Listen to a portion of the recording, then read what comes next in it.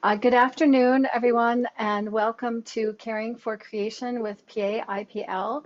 This is workshop number 8, and we are calling this workshop our Earth Day Celebration and Virtual Cosmic Walk. This particular workshop and topic was supposed to be our last one, which would be June 5th, but we have some wonderful speakers who couldn't join us today but could join us on June 5th. So we switched our topics. So we'll have our Earth Day celebration and Cosmic Walk today, and we'll have a rain barrel workshop on June 5th. So please come back and join us for that workshop as well. As you can see, our new executive director, Katie Ruth, has led us on a wonderful rebranding effort, and we have a new logo, which is colorful and beautiful to go along with our new website. So please visit our new website at www.paipl.org, and you'll see more of our new branding and information about our bike and hike, which we'll talk about in just a second. Our Caring for Creation with Southeast PA IPL is part of our First Friday series, which is generously funded by the Pennsylvania Department of Environmental Protection in their Environmental Education Grant Program. We're very grateful for their funding, and we enjoy working with our project advisor, Kathleen Bansky. Across the state, we have a number of partners. In southwestern Pennsylvania, we have Ballfield Farm, Garfield Community Farm, and Valley View Presbyterian Church, and as well as the Perry Hilltop and Fineview Citizens Councils. And in southeast Pennsylvania, we are partnered with the First United Methodist Church of Germantown. And then these virtual topics and recordings can go out across our entire statewide network. So we really love having you with us from all across the state. As you know, Pennsylvania Interfaith Power and Light is a diverse group of faith-based partners. I like to say everyone from A to Z, which would include actually atheists all the way through to Zen Buddhists. All of us are inspired to take action against climate change from a moral and an ethical perspective. And we do that through advocacy, education, conservation, and in the areas of energy, water, and waste, and promotion of clean and renewable energy across the state of PA. We hope to inspire and mobilize our friends who are people of faith and conscience to take bold and just action on environmental justice or climate change from that ethical and moral perspective. And we do that because we live in trying times. Our faith calls us to take action, and we see more and more events that are extreme and devastating across the globe, and we feel it's our moral responsibility to address those. We have a few updates. After I give these few updates, I'm going to turn over the mic to Rainika, who can give you some more policy updates. And as I mentioned, they're in the chat. We're really not supposed to do advocacy as part of our DEP work, so please contact Rainika at paipl.org if you would like additional information about our advocacy work. But please see the new link to our website and where you can see our logo again in the chat. And note that our bike and hike launched on May 1st. It's a wonderful new format. We're still basically virtual with the bike and hike across the state, but Katie will be making trips across the entire state over the course of May. She's actually in DC right now presenting information to our elected officials with one of our board members, Dr. Patricia DeMarco. And then she'll be in State College on the 13th and Pittsburgh on the 14th. And I think she will be continuing in other areas beyond that. So watch for her visit to your particular region, where she will be helping our fellows and staff members to collect prayers for the earth. So there's a link to a Google form that will let you submit your prayers for the earth digitally. And what we're going to do is collect them from both the Google form and our in-person events with Katie to deliver them to Governor Josh Shapiro's office. We want to emphasize the fact that we're our work is really faith-based, and we know that as a man of faith, he will take that to heart and really consider the options.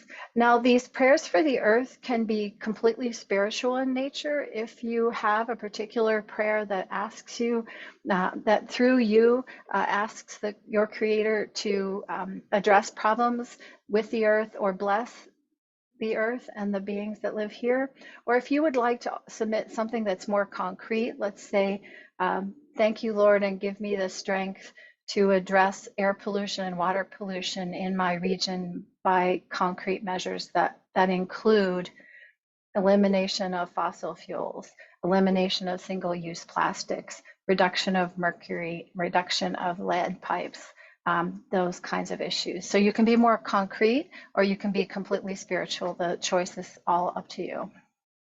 Also in the chat, you're going to find a rain barrel order for Southeast Pennsylvania members. And also, if you would like to order rain barrels and you live in Southwestern Pennsylvania, there's still time to do that. Please reach out to me at outreach@paipl.org. And we'll have them delivered here in Southwestern Pennsylvania. Rainika, is there anything that you would like to add?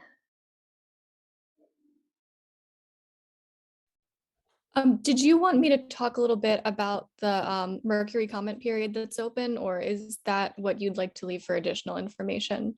We should leave that for additional information. All right, sounds good. Then other than that, I think I don't have anything else to add, so thank you. Great, thanks, Rainika. Would like to bring you up to date also on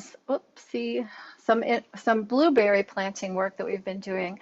As you know, we plant thousands of trees across Pennsylvania on a yearly basis. This year we had requests for 25,000 trees across PA.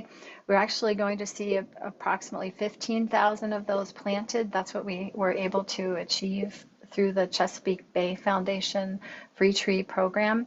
We also partner with the Isaac Walton League and the Pittsburgh Blueberry Project on planting blueberry shrubs. This is particular to southwestern Pennsylvania, but we are pursuing grant funding so that we can also plant blueberry shrubs in central and eastern Pennsylvania. These blueberries became available through a Duquesne Light Company Community Impact Grant. And this year we planted 500 blueberries in southwestern PA. Duquesne University graciously hosted us. This was a major effort for their horticultural staff, but we would not have been able to achieve what we did without their help, because we were able to deliver the plants to the university, the soil, and on a flatbed truck, and all of the nutrients and bags that we needed to complete this work. And then we had some of our members running deliveries to various urban gardens across Allegheny County, and we also had some organizations coming to pick up. So here you can see a sampling of volunteers from the Isaac Walton League, students, and even several professors, and one of our recipients from Sankofa Farm, along with Dee Kochirka, our blueberry ambassador. Here you can see Garfield, a representative from Garfield Community Farm, South Hills Interfaith Ministries, Kent Bay from Peace and Friendship Garden in the Hill District, and a whole assortment of our volunteers. So we had a beautiful sunny day, and it was just tons of fun. We had a lot of fun. These plants went also, besides Garfield and the Hill District, went to Ballfield Farm on the north side, Christ the King Parish in Gibsonia, which supports the Sharpsburg Food Pantry, the Hazelwood Initiative, Black Urban Gardeners of Pittsburgh, Sankofa, I think I already mentioned, the Sisters of St. Joseph of Baden, and others. We actually distributed 100 plants in Baden alone. Here's some photos of Rainika and I at Garfield Community Farm on Earth Day itself. We distributed plants on this day, and we will be distributing other plants at Garfield and at Valley View Presbyterian Church in June. These are some photos of some of the children and members who attended with our dinosaurs. So we asked them to think about saying no, just saying no to fossil fuel, and that's what the dinosaurs represent, it is the fossil fuel. So they always have a good time with that, especially the kids. And here's some photos from our event in Baden. Again, we distributed at least 70 plants on that day. The sisters themselves put some in their own gardens because they support food pantries, and they distributed some to the Spring Street Garden, which distributes to a food pantry as well. So a great time was had by all, even though it snowed. So that brings us to our Cosmic Walk. Does anyone have any questions before we begin the Cosmic Walk?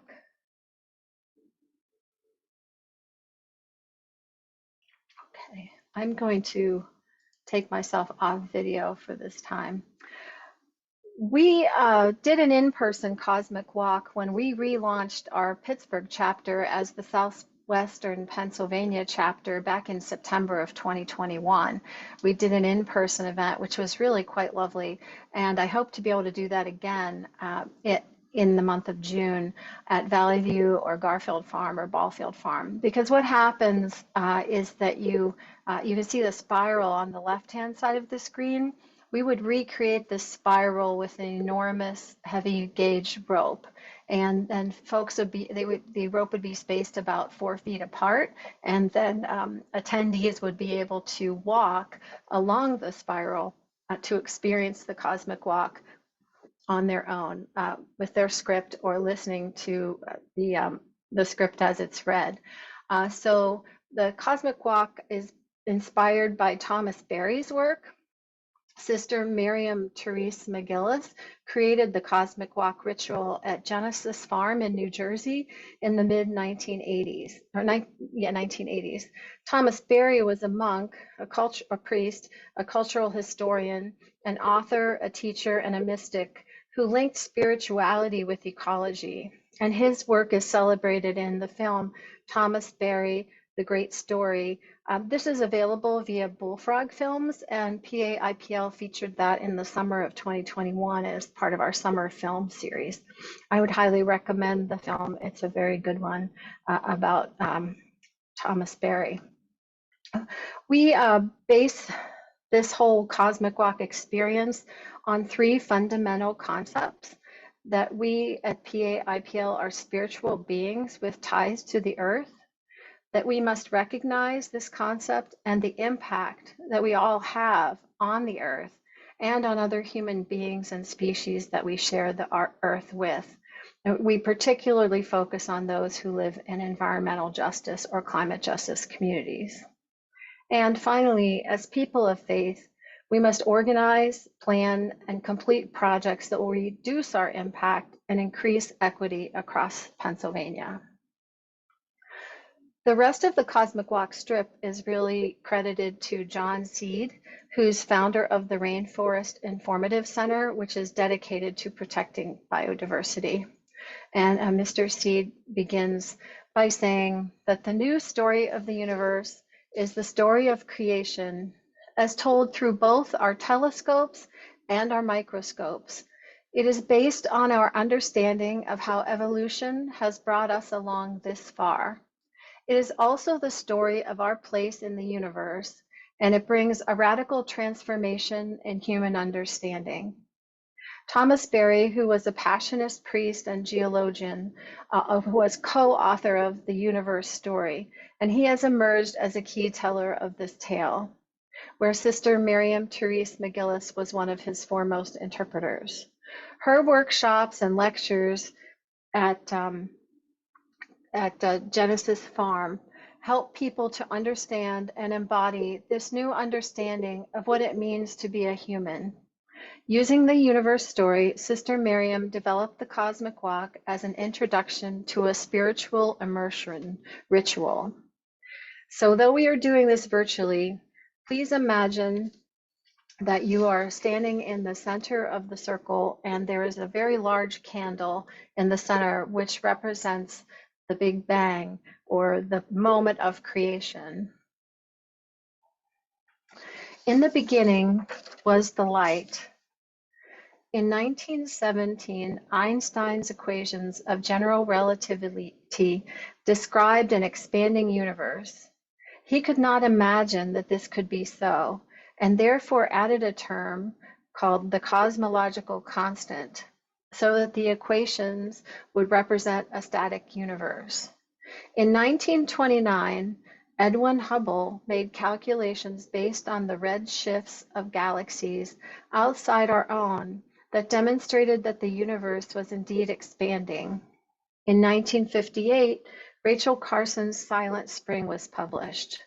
In 1965, at the Bell Research Laboratories in New Jersey, Arno Penzias and Robert Wilson detected the background radiation from the flaring fourth. And in 1969, the first humans landed and walked on the moon. And this all occurred in the last, let's say, numbers 20 through 37 along the cosmic walk. So as we begin at number 1, we should consider these thoughts. As the cosmos flared forth, we wish to know what came first. What was the beginning? We do not know. It may be that we cannot know, and yet we have named it the dream, the mystery, the quantum vacuum, or God. Starting at number 1, 13 billion years ago, from that place that was no place, from that time that was no time, the cosmos flared forth in a silent blaze of inconceivable brilliance. All the energy that would ever exist in the entire course of time erupted from a point smaller than a grain of sand. Unimaginably vast quantities of elementary particles, light, and space-time itself unfurled and expanded from this quantum vacuum, this unity of origination. If in the future stars would blaze and lizards would blink in their light, these actions would be powered by the same numinous energy that burst forth at the dawn of time. Thick with its power, the universe billowed out in every direction. Elementary particles cooled and stabilized, enabling the first atomic beings of hydrogen and helium to emerge. These elemental atoms were new unions made possible by the universe's powers of allurement, drawing the elementary particles into bonded relationships. Neither inert, dead, nor passive, each atom roared with its own particular activities. 1 billion years of uninterrupted night enabled the universe to prepare itself for its next macrocosmic transfiguration. In the depths of its silence, the universe shuddered with the immense creativity necessary to fashion the galaxies, including our own Milky Way galaxy, over 100 billion galaxies in all. Moving to number 2. 12.7 billion years ago, primal stars and galaxies take shape. These gigantic structures pinwheeled through the emptiness of space and swept all the hydrogen and helium into self-organizing systems and clusters of systems and clusters of clusters of systems. Each galaxy presented its unique form to the universe. Each brought forth billions upon billions of primal stars. The most brilliant stars rushed through their natural sequence of transformations and exploded in colossal supernovas that matched 1 billion stars in luminosity and spewed stellar materials throughout the galaxy. New stars formed out of the materials that had been created in the nuclear furnaces of these primal stars. The second generation stars were richer in complexity and possibility because the primal stars had created the elemental beings of carbon, nitrogen, oxygen, and all other 100 elements. At number 3, we are at 4.6 billion years ago.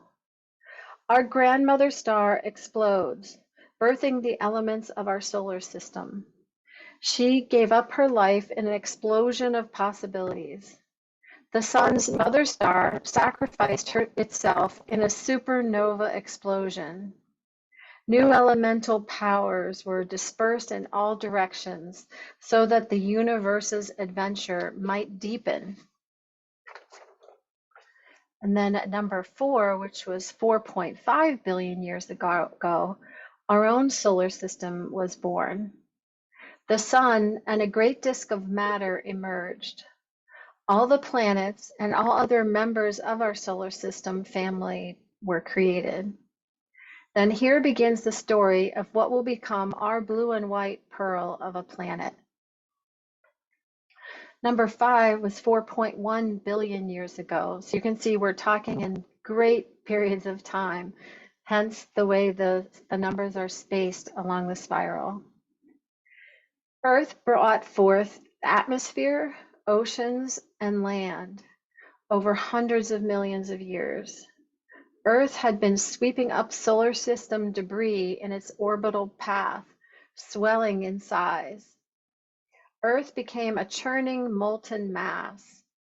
But now that the cataclysms of growth are over, the Earth began to cool. Number 6 was 4 billion years ago. The first cells formed. Earth awakened into life as the surface of Earth quieted and cooled, and the atmosphere began to form. This was a miracle of transformation, the first rain, in fact. Oceans were born, and soon after, the rich chemical brew brought forth the wonder of life. The Earth came alive. Number 7 is 3.9 billion years ago, where microbes learned to eat sunlight, and the Earth invented photosynthesis.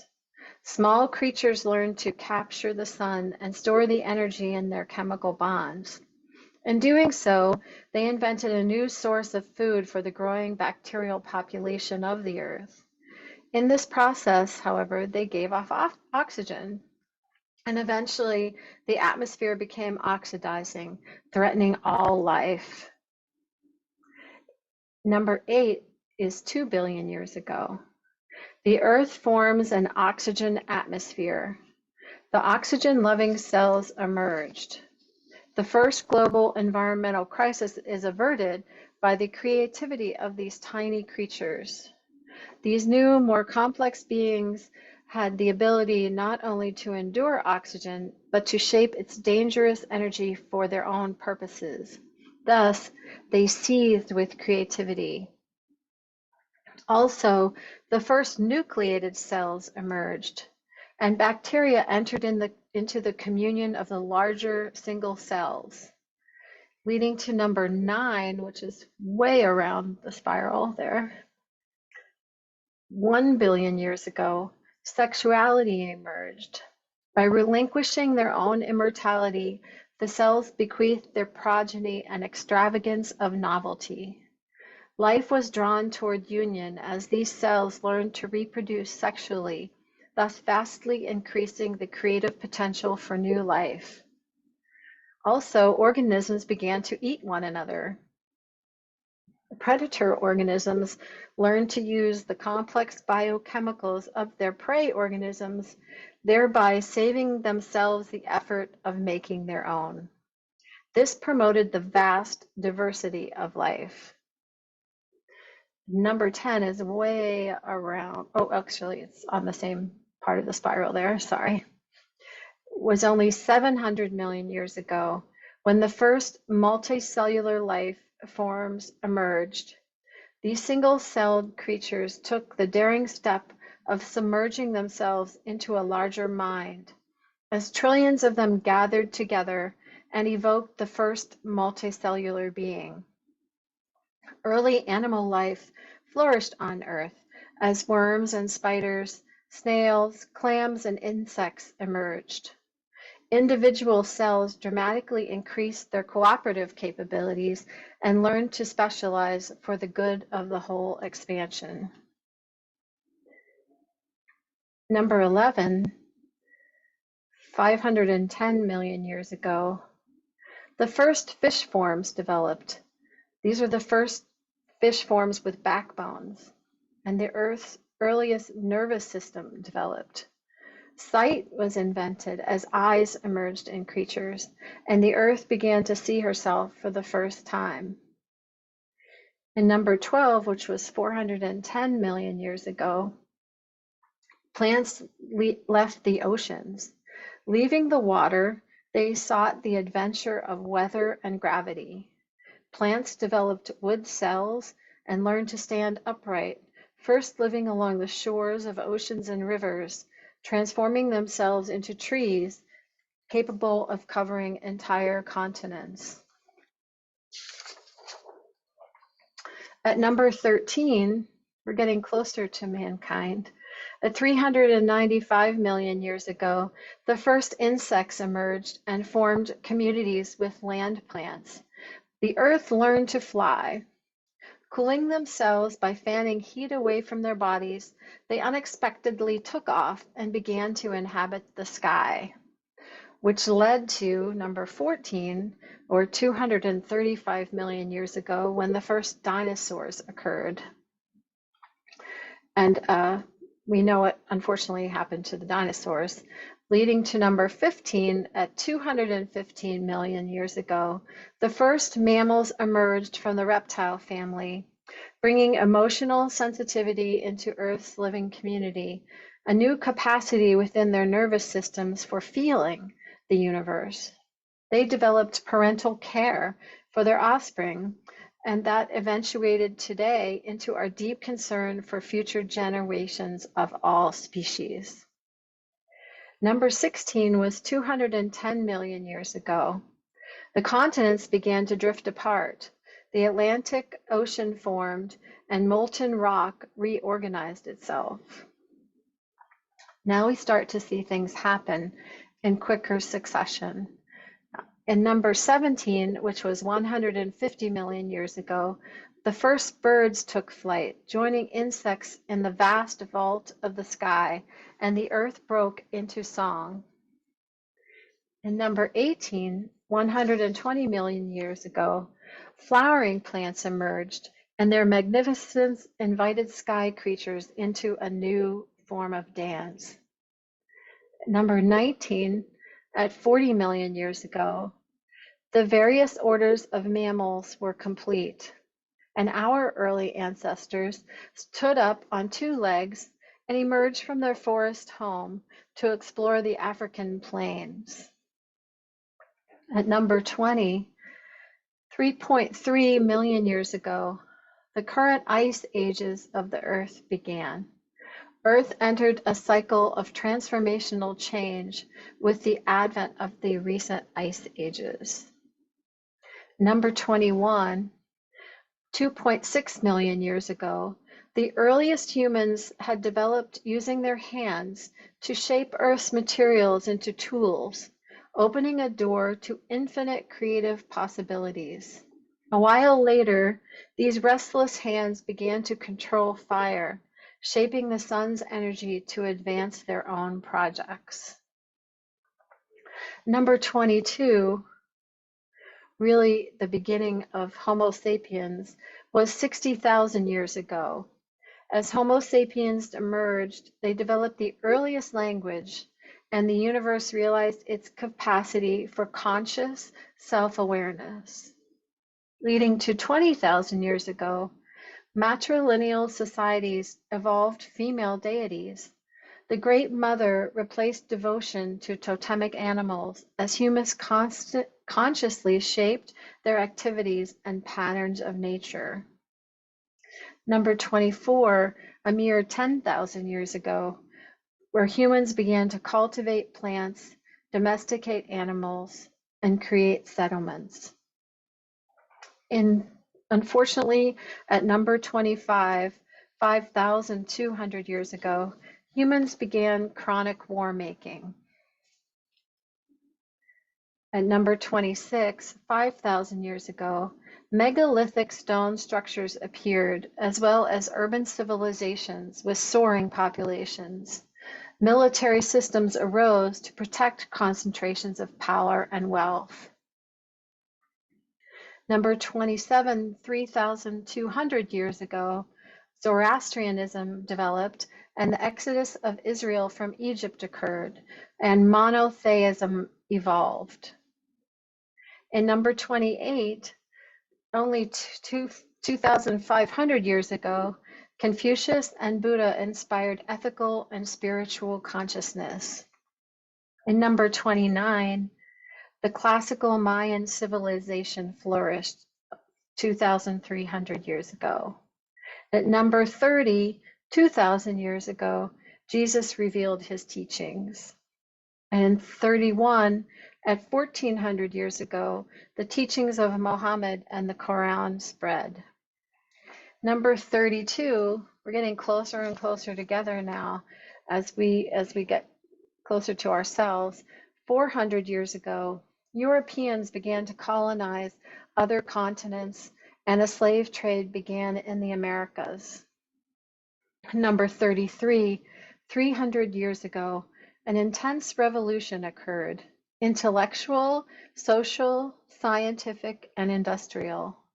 Western philosopher naturalists began a 3-century plunge into matter, a heroic quest to empirically discover the nature of the cosmos, from the movement of the planets and the age of the earth to the innermost working of living creatures.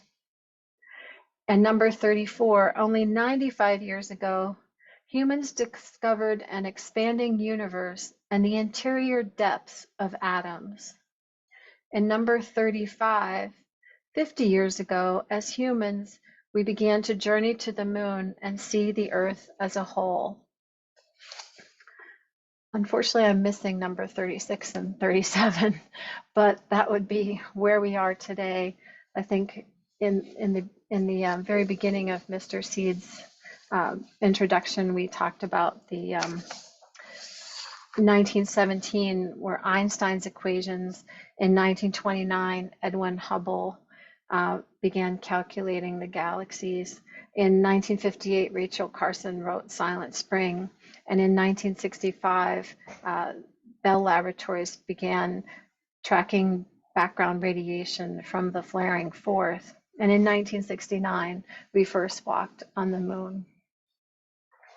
Today, we enjoy the beauty of the whole Earth, given to us over a 13 billion year span of time. And the greatest gift of all is that the dream of the Earth, indeed the dream of the universe, continues to unfold, and we rejoice in being part of that unfolding.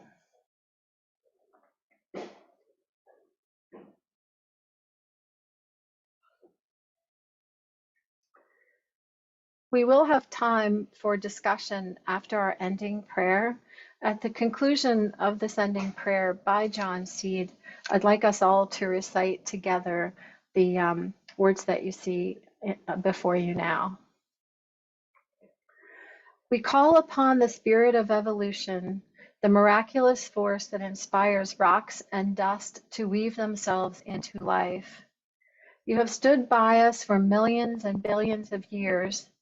Do not forsake us now. Empower us and awaken in us pure and dazzling creativity. You who can turn scales into feathers, sea water to blood, caterpillars to butterflies, metamorphose our species. Awaken in us the powers that we need to survive the present crisis and evolve into more aeons of our cosmic journey. Awaken in us a sense of who we truly are, tiny ephemeral blossoms on the tree of life. Make the purposes and destiny of that tree our own purpose and destiny. Fill each of us with love for our true self, which includes all of the creatures and plants and landscapes of the world. Fill us with a powerful urge for the well-being and continual unfolding of the self. May we speak in all human councils on behalf of the animals and plants and landscapes of the earth. May we shine with a pure inner passion that will spread rapidly through these leaden times.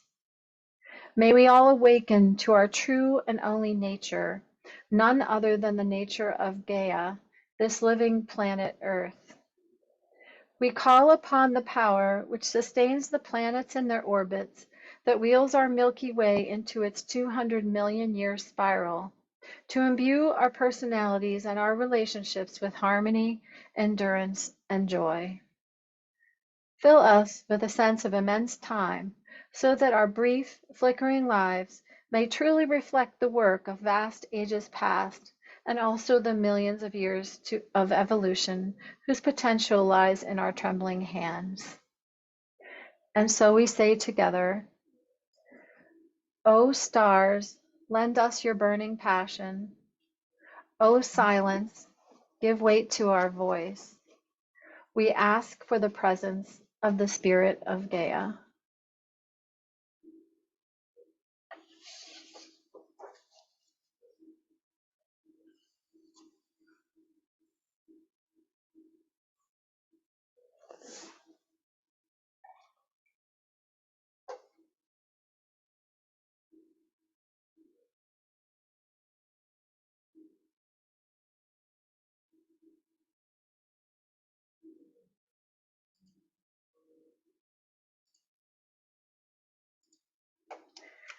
I hope that was a meaningful experience for everyone.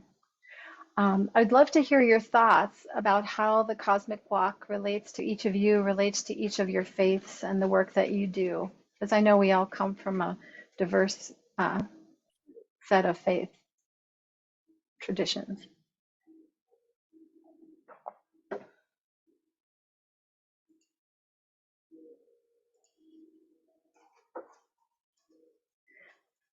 Marianne, feel free to unmute yourself and Thank you. I just wanted to say that was very moving and very powerful.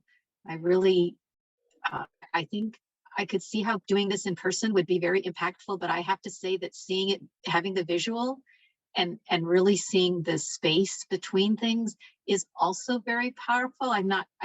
It's my first time to experience a cosmic walk, so I'm not sure if it's just both are complementary experiences or if the in-person would be even a superset of this. But I think it just really brings home to me that whether it's for love of the planet or for love of other people that have identities that are different than us, it is when we know the story and we can let it touch us that then the caring, for me, it rises up, that the urgency to actually be stewardly or be a companion or be a caretaker, it comes up. So thank you very much.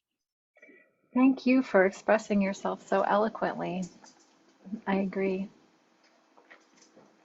Would anyone else like to share? Oh, go ahead, Helga. I kind of found it very inspiring, and what was so noticeable is how things just sped up.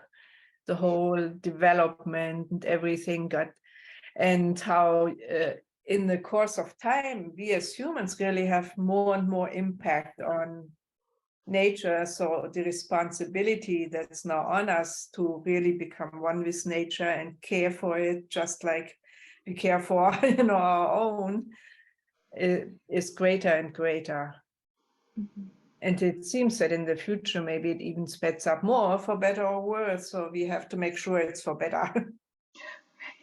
We don't know, but let's hope we that's why we're asking to be empowered to make the best decisions. We don't always know if they're going to be the best or not, but use our minds.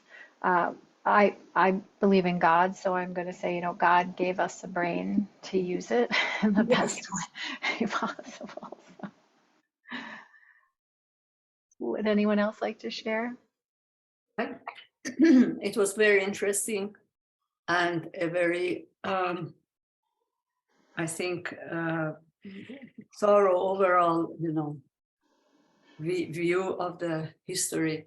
Although I should also share with you that everyone knows that these are theory, about their evolution. Nothing is, for example, human coming from a monkey, or so those are not.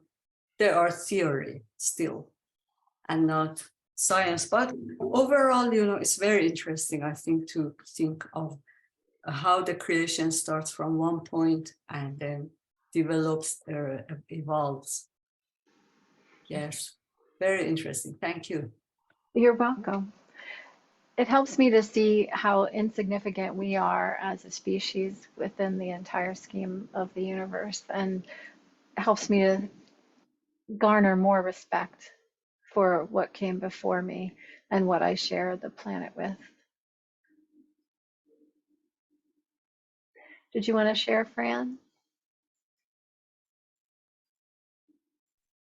Can I share something that I find funny? Sure, certainly. It's one of my favorite Far Side cartoons. Oh, Far Side. In a way, it puts in perspective this whole idea of evolution. And so the picture is this little mound of earth with two dinosaurs on it. And in the distance, you see Noah's Ark. And the one dinosaur says to the other, "Was that today?" I just love it. I just love it. Wasn't on their calendar. But we sisters prayed this cosmic walk in a very large room. And for the spiral, there was a person at each number. Oh, that's an interesting way to do it. And each person read that part of evolution. And it was a neat spatial experience to hear that cosmic walk story. That's a wonderful way of doing it. I like that a lot. I think I would try to deploy that method the next time we do it here. We had somebody one person walk through the entire spiral while another person read the directions for all of the numbers. And then we invited each person attending to have a candle and walk along the spiral at their own pace. And this was during COVID, so we had to stay 6 feet apart. But there's nothing like doing it in person. So I would encourage you, if you would like to bring this to your group, please reach out and I can share the script and share some music that you might use, and also the materials, the supplies that we use to bring it together. But I love that idea, Fran, of having, then you wouldn't have to send the one person through. You could have each attendee stop and experience that number at that point by that person. It's a wonderful idea. It's interesting the way this might cross different faiths, because it is, it claims to be the scientific answer, but it depends on what you consider to be the point of creation. Was that God? Was that a different being? Was it a scientific, was it a big bang? What actually happened? What made that happen? I guess we don't really know for sure, but so we have to take that leap of faith that's appropriate for each one of us. So I hope that it wasn't offensive to anybody who believes a certain one way over of another way, but the intention is really to draw us all together and to understand where we are in the cosmos and what we have left to do. Yeah, I mean, the science, of course, we gain more and more insights, and some things get confirmed, other things get thrown out. That's the nature of science. But it's fascinating how we really seem to be at a crossroad and how it condenses. And I'm really wondering what will be the next stage in our evolution. Will we come to greater global unity and unity with the environment and feel this unity of nature?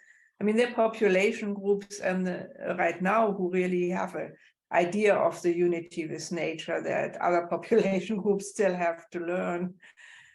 So it'll be scary and fascinating, wonderful and chaotic.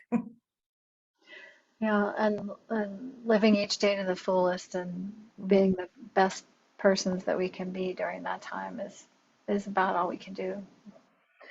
I don't want to end on a sad note, but I don't know if you've seen the film Don't Look Up, I think it's called, with Meryl Streep, and terrifying thought, but you know, I since sort of drives home to me the concept that we just really have to do the best we can every day, because we really don't know. We really don't know where we're going to end up.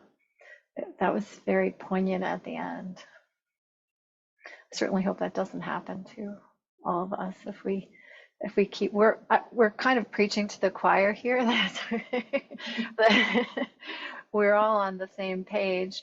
If we keep spreading our work, if we keep spreading the message that PA IPL's of mission, our mission, that we really want to take this moral and ethical approach to climate change, that perhaps we will make a difference in the long term. Yeah, and it probably really requires a shift in in thinking of what are we here for as human beings. Are we just here to live a good material life, or are we here to evolve spiritually? And does life continue once we shed our body and move on? And just have this paradigm shift to realize that we are a soul that has a body, and that our purpose is greater than just living a comfortable lifestyle. Yeah. I would like to think that our purpose is greater. I mean, I believe that our purpose is greater, that we have a soul, that we're connected, whether that's by energy or through God, or I often feel that I am communicating with my loved ones who have gone on. And so I feel there's a great, definitely a greater power there.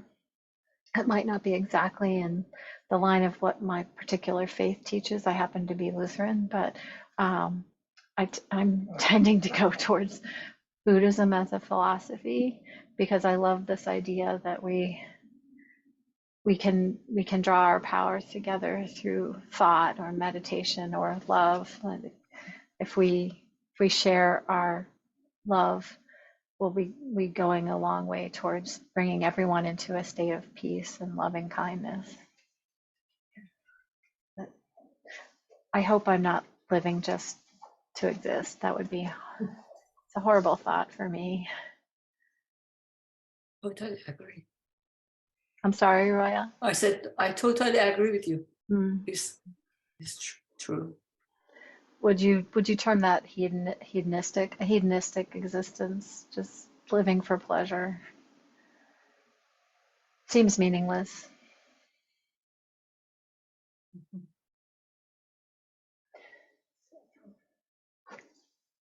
Well, thank you all very much.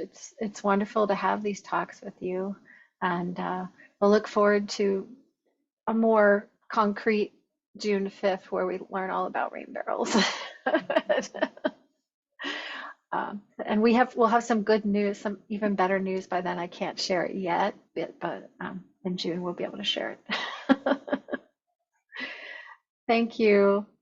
Take care. Thank you. Thank you, Take care. everyone. Have a good Bye-bye. weekend. Have a good Enjoy the weekend. springtime. Thank you. Spread your beautiful spirits across the world. Thank you.